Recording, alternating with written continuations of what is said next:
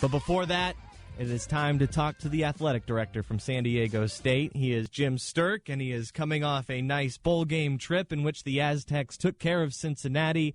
It started with a 100-yard kickoff return, and that was just the beginning for San Diego State in that game. Jim, welcome in. I really do appreciate the time, sir. Jordan, thanks for having me. You had quite a lead into this segment with those recordings. You need to listen to those. Those are classic. Yeah. What are you going to miss about Mike McCoy if it is in fact his final game in San Diego? I really haven't met him, and hopefully, it's just speculation. But who knows? What's going on. The team has asked to leave San Diego, or formerly will. So I just let it go, letting it go. Yeah, let's talk about a team that's going to be in San Diego for sure next year, and that's San Diego State football. How would you describe the 2015 season if someone were to ask you? It's tough to describe it totally, but it has been a record-setting year in a lot of ways.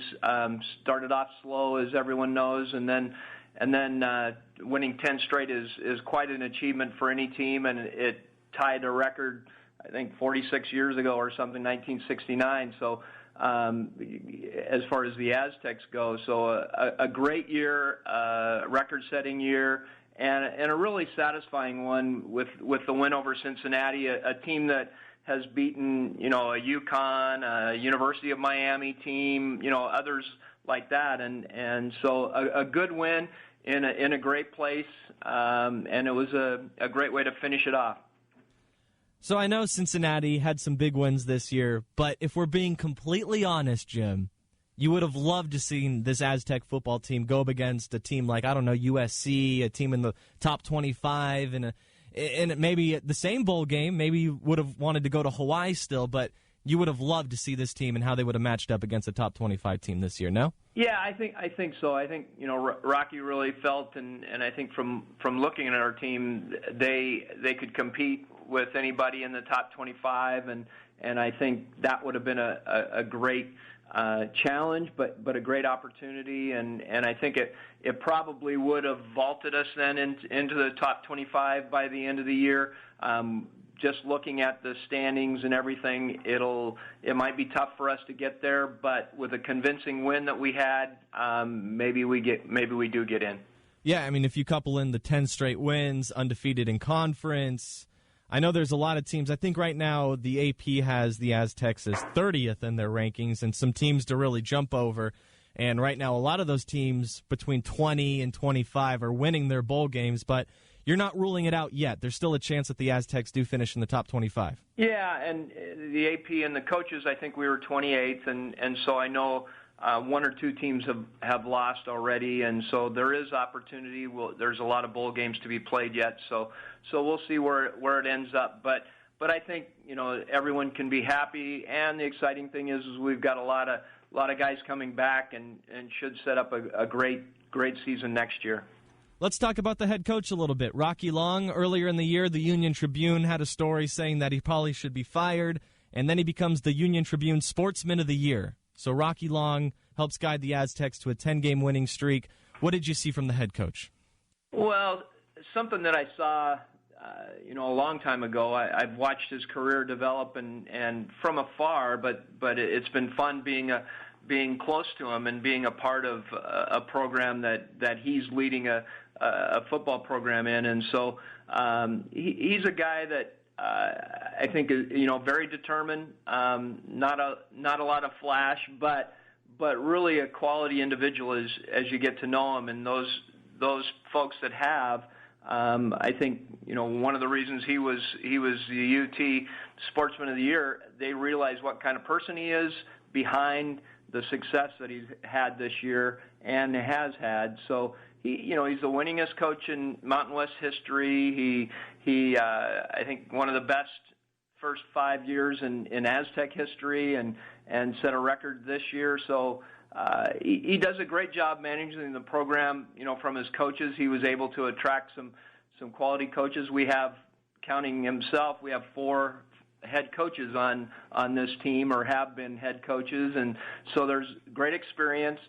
he allows guys to do their job and trust his players too. I mean, he challenges and challenges the young men to take responsibility, and if they don't, there's consequences. But I think he does give a lot of latitude to his players too, so I think they feel good about it, and they grow within the program. And by the time they leave, they're great representatives of San Diego State. So I'm excited about what he's done and excited about the future as well. Jim Sterk joining us here. He's the athletic director for San Diego State, talking about a very successful 2015 season for the football team. Jim, how excited is the program for 2016 with this team? Yeah, you can tell. I think we ran some ads in the bowl game and also sent a note out right after the game with the congratulations. But it's time to get your season tickets now, and it's a team that will be fun to watch. It was great to see, even in adversity, a guy like Christian Chapman coming in and as a redshirt freshman and being MVP of the Mountain West Conference title game, and doing very well in the bowl. Donnell Pumphrey, we've got Rashad Penny, the 100-yard run.